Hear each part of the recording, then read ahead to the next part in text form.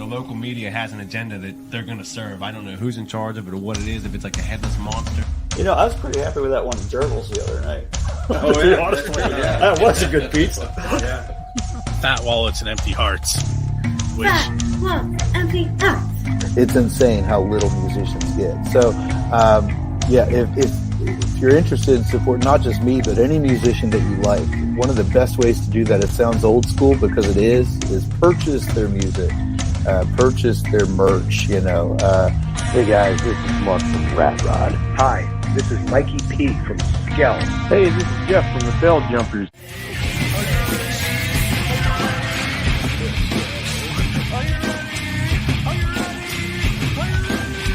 Let's go. Probably Dave Grohl, because he's awesome.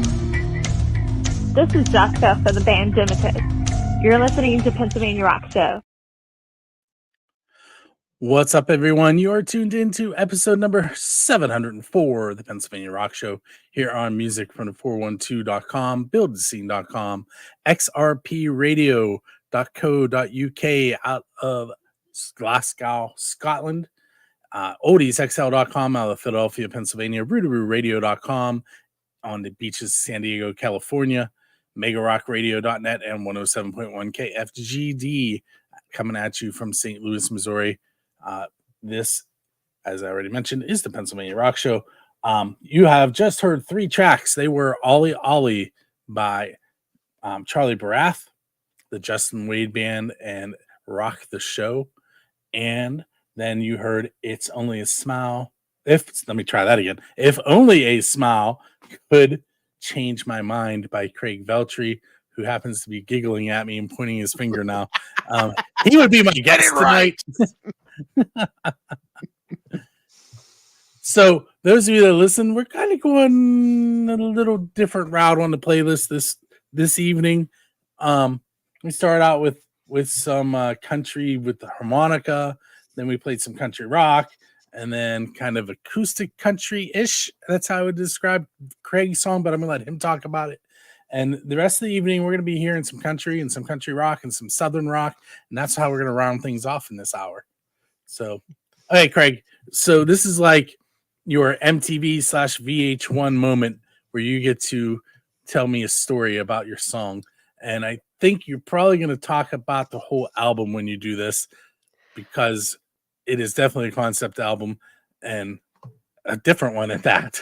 I kind of have to describe it as a whole. Thank you for having me, Bill. 704 episodes. And oddly enough, a guy who lived in the 704 for about 20 years, Charlotte, North Carolina. I would shout you out, but well, that's the place where I met the Defendant in Letters to the Defendant. So feelings about you are mixed at the moment. So the song that you just listened to is called If Only a Smile Could Change My Mind. And it comes from a record called Letters to the Defendant, which is a 10-song LP that describes what I used to be like, what happened, and what I am like now in the context of the downfall of my marriage. And at this point in the album, the marriage has dissolved, and it kind of describes what I'm left as, what the state of my heart, basically. After the marriage, I got involved with a woman, and I remember her just smiling at me at a bar as I was doing a show. And the title hit me, and I kind of just ran with it. Okay, what would it mean? Here's why it's not going to work. And I realized that as I'm writing this song and a couple of others, and I started playing them out. What I do as part of my process is I do play a lot of open mics in the area, and I test out my original stuff out in front of people. And a friend of mine, Devin Russian, who actually hosts the Starlight Open mic every Wednesday night over in a Starlight Lounge in Blonix. He's very sarcastic. He kind of leans into me. He's like, dude, why don't you just write a whole record about your divorce, man, at this point? I'm like, okay. Well, I have this song that kind of happened then, and I had this song that happened then, and I could tell the story of my marriage on a record in 10 songs or less, and that's what I did.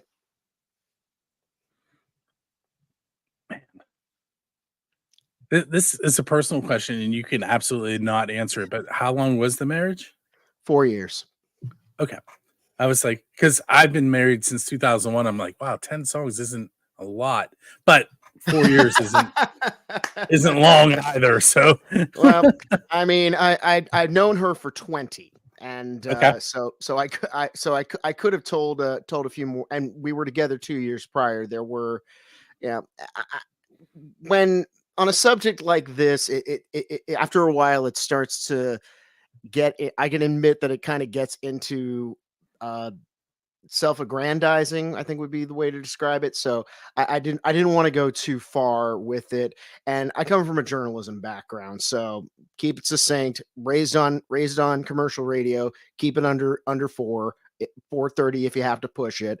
And so I didn't want to get too long-winded. And yeah, that's what interviews and therapy are for. So I was mentioning the song lengths. I was listening to Bonnie Diver's show on Music from 412 this evening. It was on double LPs, but it's all deep dives into prog. yeah. And the last song was 22 minutes long. I just and it was good, but it's just too long for me. There are very few exceptions where I can turn on something just for the fun of it in length. Immediately, I think of Rush's 2112.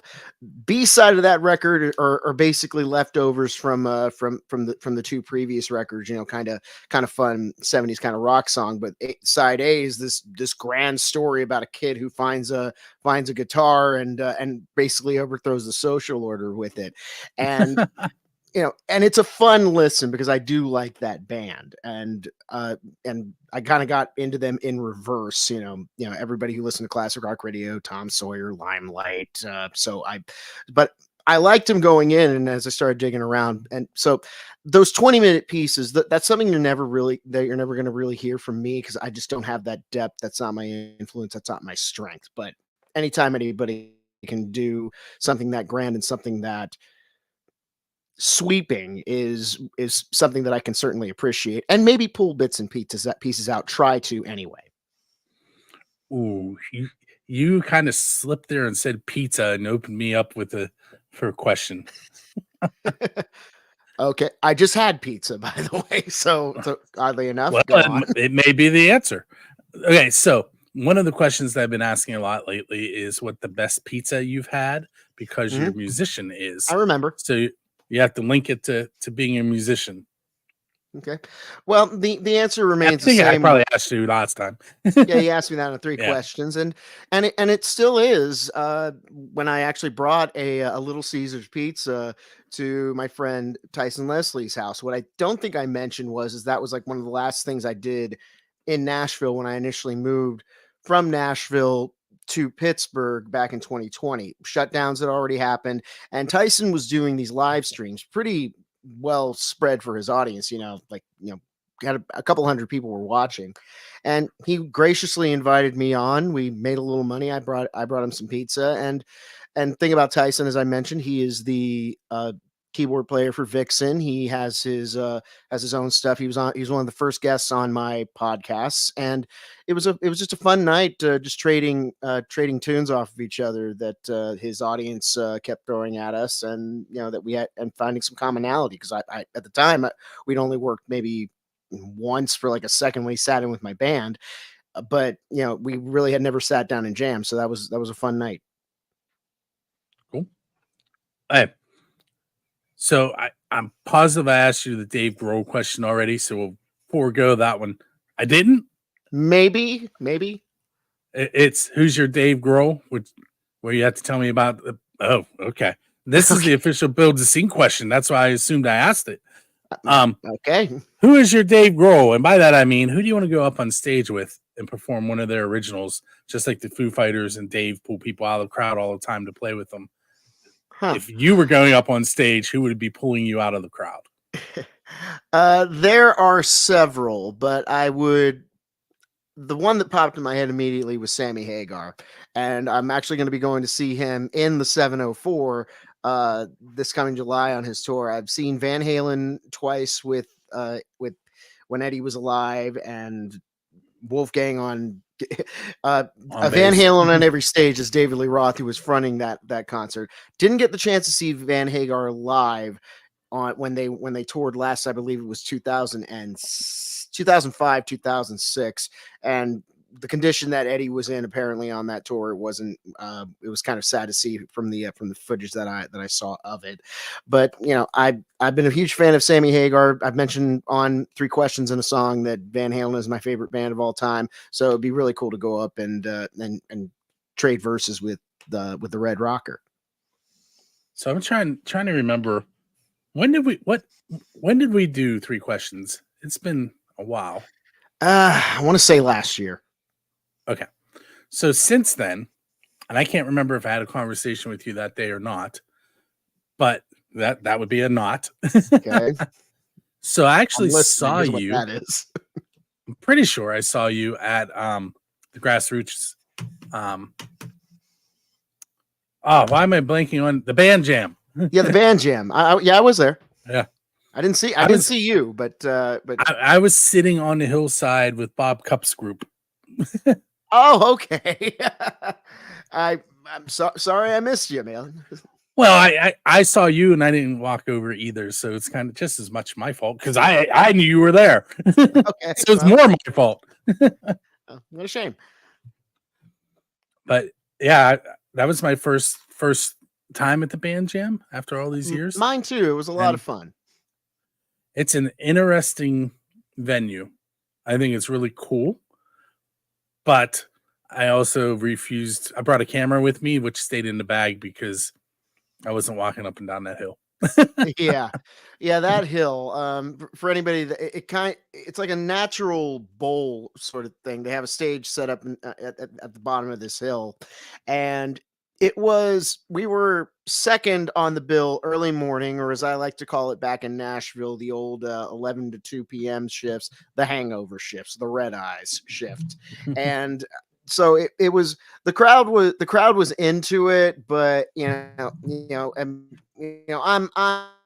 high energy at noon. I'm highly caffeinated and highly energetic at most times of the hour. So when showtime's on, I'm here, and the crowd, it felt like was just kind of like, yeah, we'll meet you there by mid-afternoon. But but it was positive. It was encouraging, and they were just they weren't as up as I was. So well, they may have been there. I mean, that was Saturday. Yeah, that was day 2 of the thing. And technically Thursday night, if I remember correctly, they had an acoustic thing going on too. So yeah, it could have been day 3 for some of them. That acoustic one's like, you can go and do to that one for free and hang out. And I think it starts at like 6 or 7, and it's just a couple hours. But yeah, some of them have, they go out and camp that whole time. I mean, I had a fun time. I'm always grateful to do anything for Bob in Utah.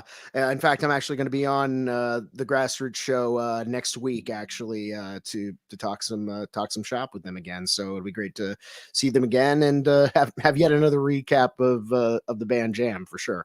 All right, so what we're going to do, we're going to take a moment, and I am going to play Joe Patrick and the 4 on the Floors song, Hillbilly at Heart. And we'll be right back. A bunch of new shows that you have a chance to win tickets for. I'm going to start out with some that we had on the list already. January 25th, 3 Dog Night at Carnegie of Homestead Music Hall. On the 28th, also at Carnegie of Homestead Music Hall, we have Mr. Biggie's Farewell Tour with Mark Daly. February 6th, at Carnegie of Homestead Music Hall, we have Extreme. On the 12th, we move into our new shows. We have Enough's Enough at the Craft House Stage and Grill. February 16th, Pete Corral, Authentic at the Oaks Theater. On the 23rd, we have Trace Lads with Kilmaine Saints at Jurgles. February 27th, Amy Mann at Carnegie of Homestead Music Hall. March 9th, Punchline and Have Mercy at Preserving in New Kensington. March 14th, My Son the Hurricane at Craft House Stage and Grill. March 23rd, The Clarks at the Craft House Stage and Grill. March 28th, Lil Xan, Lexa Terrestrial Slimy, at Enclave, and many more to come. Make sure you go to musicfromthe412.com/contest for more information. If you want to take a chance at winning some of those tickets, all you do is click on the event you want to take a chance at. You scroll down to here and you click on the Facebook share event. Make sure you tag both Music from the 412 and Dresky Entertainment. And then you'll scroll down to this form right here, the ticket giveaway form. You'll put in your first and last name and your email address. Verify that you shared the event and tagged both Music from 412 and Dresky Entertainment. Hit submit. That form is going to send us your name and email, and we will only use that email to send you tickets should you win. We delete those and use them for nothing else. Once again, that's musicfromthe412.com/contests, and we're going to head back.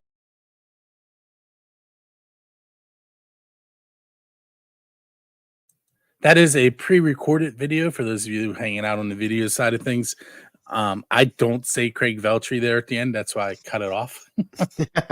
I say Cletus Polanco, who was last week's guest. And definitely a different genre. Not familiar. I'm sure he's great. He is in the band Skies of Terra. They play metalcore. So definitely color me intrigued. Anybody color me intrigued. And for those of you on the radio side, once again, that was Hillbilly at Heart by Joe Patrick and Four on the Floor. Definitely more of a country rocking song there.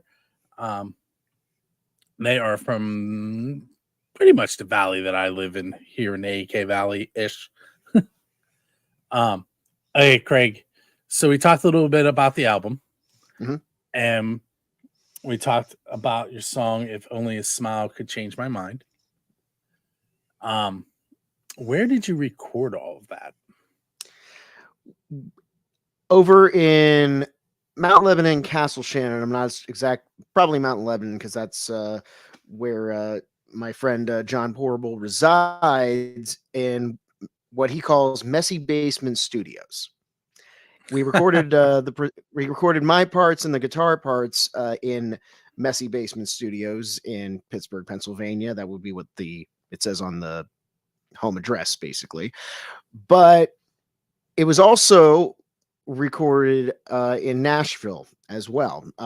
I stayed put in Pittsburgh, but through a connection from my last record through PT Houston's producer's name, I was able to get in touch with a husband and wife duo, Wanda Vick and John Birchfield.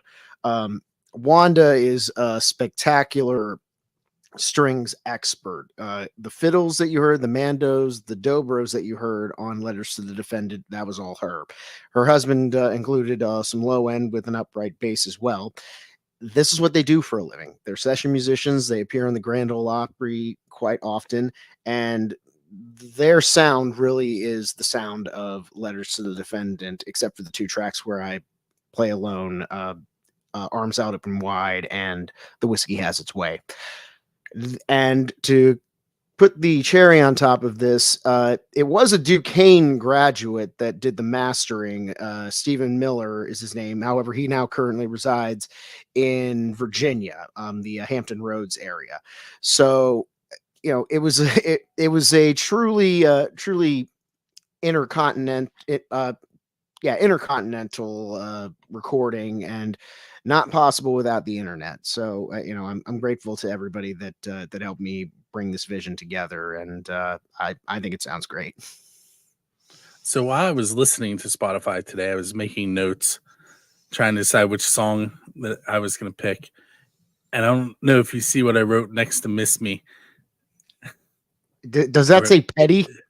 No, pretty is pretty. Pretty. Okay. My handwriting is terrible. It could be accused of petty too, but and the more I listened to it, the more I realized that what it was about. I was like, it sounds pretty. Maybe I should reword what I wrote.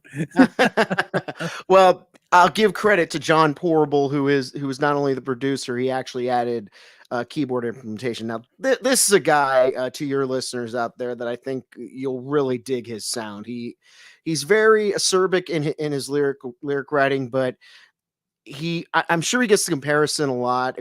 He really does his own things. But if you like Ben Folds, I think you'll really like his stuff. He's got a new single out called Indelible, which is just bouncy and wonderful. And much like you said with Miss Me, you get down to the lyrics of it, it's like, ooh, and yet I'm bouncing and singing along. Miss Me's not as bouncy, but yeah, Miss Me is meant to be the climax of the record, because the full title should be You Don't Get to Miss Me.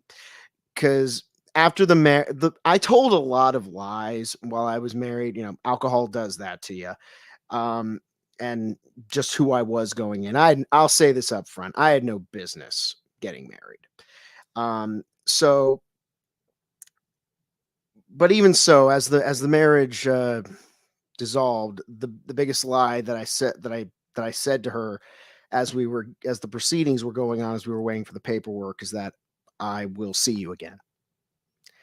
And because despite all the awful that I did, you know, this time I was actually on my feet again, and I was getting ready to move on. And I meant it when I said that I would drop everything and follow wherever you go. I made that promise. And tearfully, she said, "No, you can't."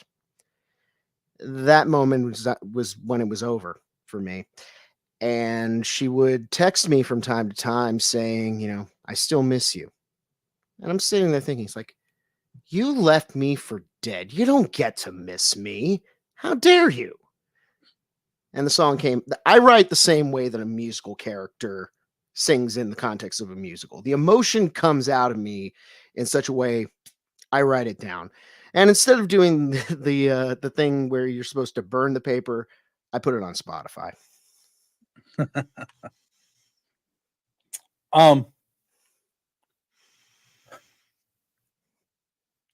That really struck a chord with me, but I can't talk about why.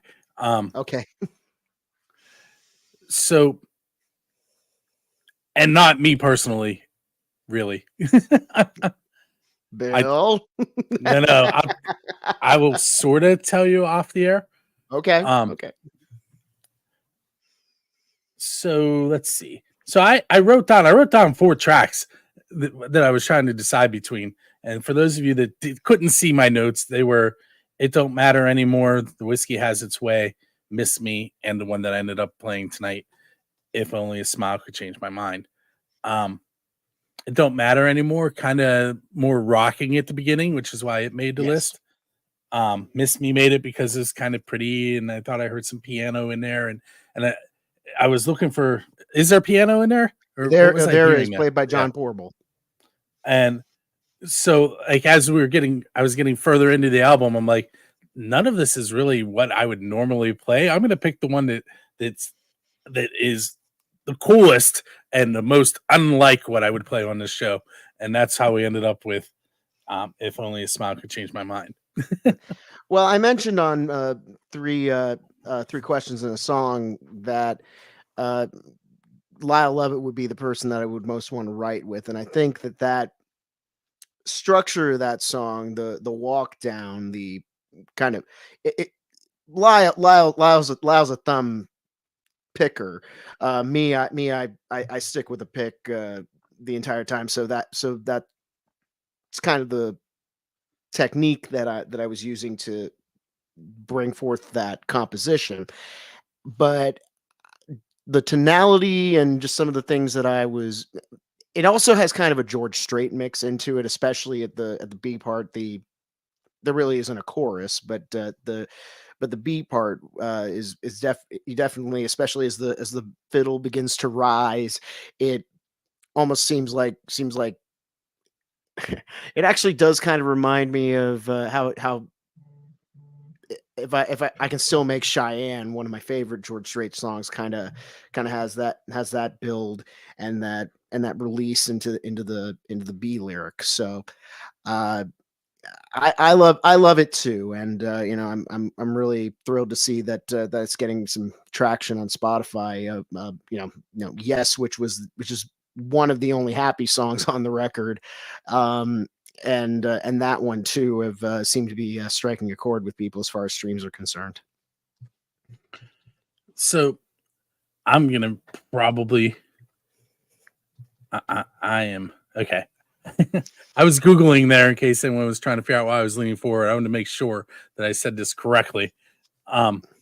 So my wife and I, when we were dating in college, watched I can't remember the name of the movie. It was George Strait was in it. Pure Country. Thank you, Pure Country. A lot. And our first dance at our wedding was Cross My Heart by George Strait. A lot. So I have a cousin that was hers and her husband Pug's song. So yeah, they played it at his funeral this past year. Unfortunately, he had cancer, but that song always had special meaning to me for that reason. So yeah, not a song you probably would expect me to talk about on the PA Rock Show normally, but that it is a rock really show, like so yeah. Yeah, I really like that song. It's a beautiful song. George Strait, he never wrote any of his big hits, but the man produced. The way Nashville works is that the artist, he picks the songs he or she picks the songs for the records, and there is a reason why he has I think over 60 number ones. He has a really good ear for what works for his voice and what works for his brand, if you will. I really hate using the term, but for lack of a better one, and they say George Jones as King's George. Screw him. It's George Strait all the way for me. So before I get into this coughing fit that's starting, let's take a break. We're gonna listen to Stone Senate, who's gonna be on January 22nd, and their song Ghost. I had to reschedule them. We were supposed to interview them a couple weeks ago. They were in Europe on tour, and I'm not exactly sure what happened, but it didn't mesh out. So I DJ'd that night. But I'm guessing they were probably still partying after a show. And by the way, I love how you said mesh out. Were they in Austria by any chance? Mesh out? They were, I believe, in Germany that night. Still works. So pretty, yeah. All right, so Stone Senate, Ghost, and we will be right back. Music from the 412 with your concert calendar this week. I'm Bonnie Diver. Coming up on January the 12th, it's the Delaney's at the Craft House. January 13th, the Tells and Stereo Scandal will be at Fat Cat on East Ohio Street. Riverside Odds and the Cheats will be at Porky's in Etna. You'll find Chip and the Chargers at Mr. Small's Funhouse. And Dan Stonework at the Winber Polish Falcons. Sunday, January the 14th, September Morning and Storms Within will be at Basement Transmission.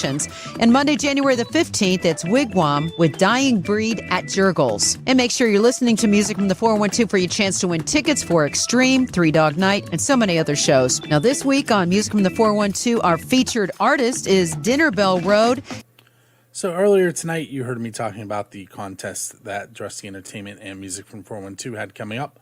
And now it's time for me to give away one of those sets of tickets.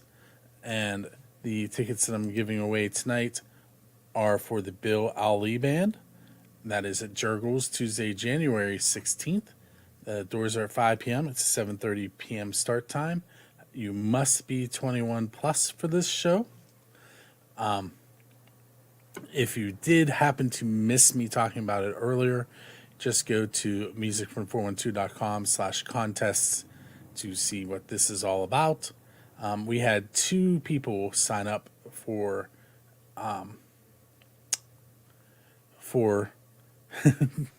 for the chance to win tickets. Sometimes the brain just doesn't work. They were Nikki Praza and Andrew Carr. And I'm going to go ahead and bring up my wheel on the screen. And I am going to go ahead and press the wheel. And we are going to find out who is winning those 2 tickets to the show January 16th.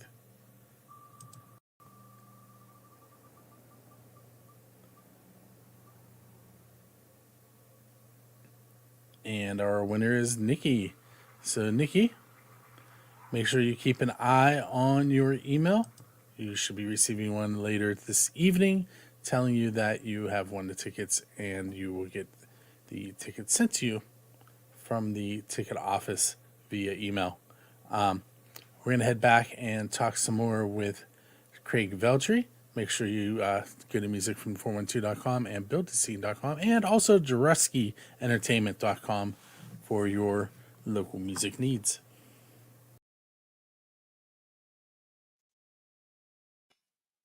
Okay, we are back. The brain doesn't always work, as I just said there. I totally That goes along with the gray that's starting to come in. agree. So as I said earlier, that was Stone Senate and their song Ghost. Nikki Praza just won tickets to the Bill Ali band next week if you weren't watching the video end of things. And there's some cool shows coming up. We're giving away tickets to Three Dog Night and Exodus we just gave away. All kinds of cool shows. Usually we try to find bands that we play on Music from 412 that are opening for bigger names, and those are the ones we try and give away. So okay, so we have a little bit of time left, about 5 or 6 minutes, Craig. Before I forget, why don't we talk about anything you might have coming up that you want the listeners and viewers to know about? Well, I have dates all the way up to April the 13th here in Pittsburgh, but the majority of my playing is going to be done in Myrtle Beach, South Carolina from April 19th, excuse me, would be the first date, to September the 20th.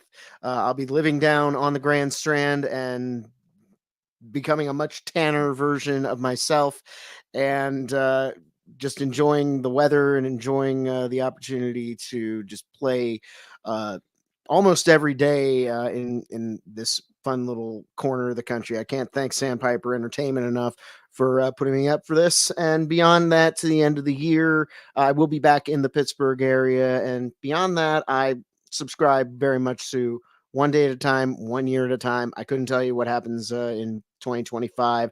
I'll probably know more as the year goes along, but I have some ideas, and there will be new music coming out of me. I have a collaboration set up with a friend of mine in Charlotte by the name of Lisa DeNova that we're going to be working on. Hopefully that comes out by the spring.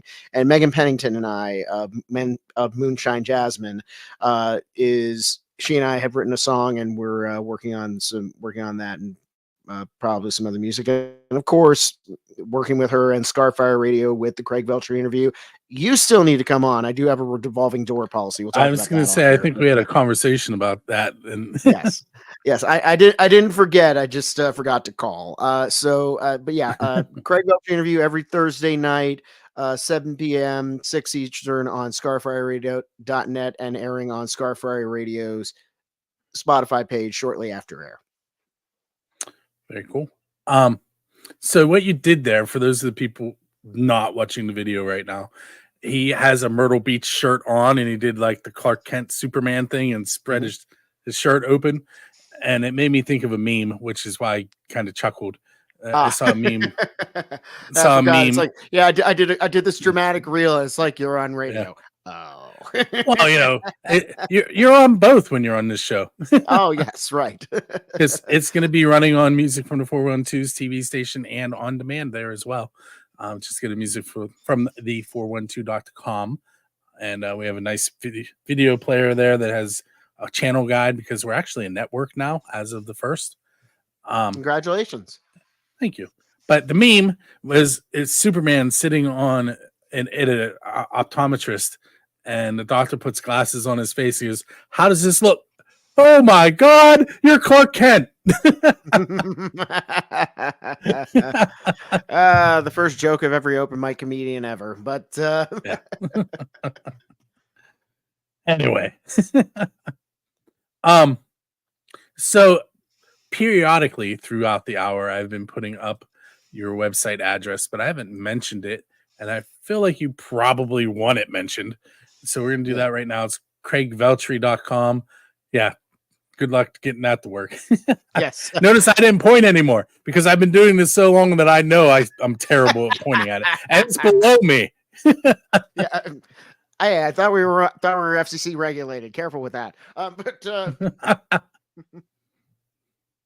yeah, craigveltri.com is where you can find my dates, but with the music and stuff like that, if you take a look at the next to the available now, those are actually the places that you can find Letters to the Defendant: Spotify, Apple Music, YouTube Music, Amazon Music.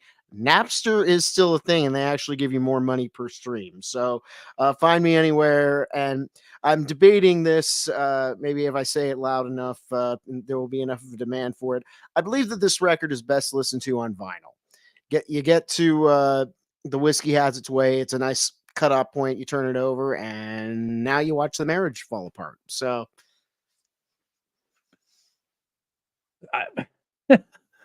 Sorry, that just okay. I don't even know how to follow it up. I'm trying not to laugh, but it was kind of funny how you said it. Well, it is a concept record, and I think a lot of times media can have a way of adding a little bit of breadth to the proceedings. And I do have a modest vinyl collection, and I don't know. I'd like to explore that. I have yet to do that, but if you people are interested in hearing this record and having it in a physical copy, hit me up on all the social medias, and I'll start looking into it, and then I'll start asking you for money. Which coincidentally is what the intro talks about to the PA Rock Show, about Yes. the best way to help out an artist is to actually give them money. That's Bay Allen talking at the beginning of the intro there. He Smart is, man. He won the Western Pennsylvania Blues Society's individual or duo, best individual or duo of 2023, and he's headed to Nashville here shortly to go up against international artists. So that was him talking about how people could help him out. I'm like, that's perfect. That's going in my intro. Well, for that nugget of wisdom alone, best of luck to you, sir. And I want to thank you for hanging out with me tonight, Craig. And we have 3 more tracks that we're going to hear tonight. They are Medusa's Disco and their song Blood and Honey. Rover and their song Busted Iron. And we're going to close things up with Lone Crow Rebellion, who I coincidentally saw at that very same show. Oh, me too. They're and great. that song is The River. And make sure you join us next week, Monday night, 9 p.m. on the PA Rock Show.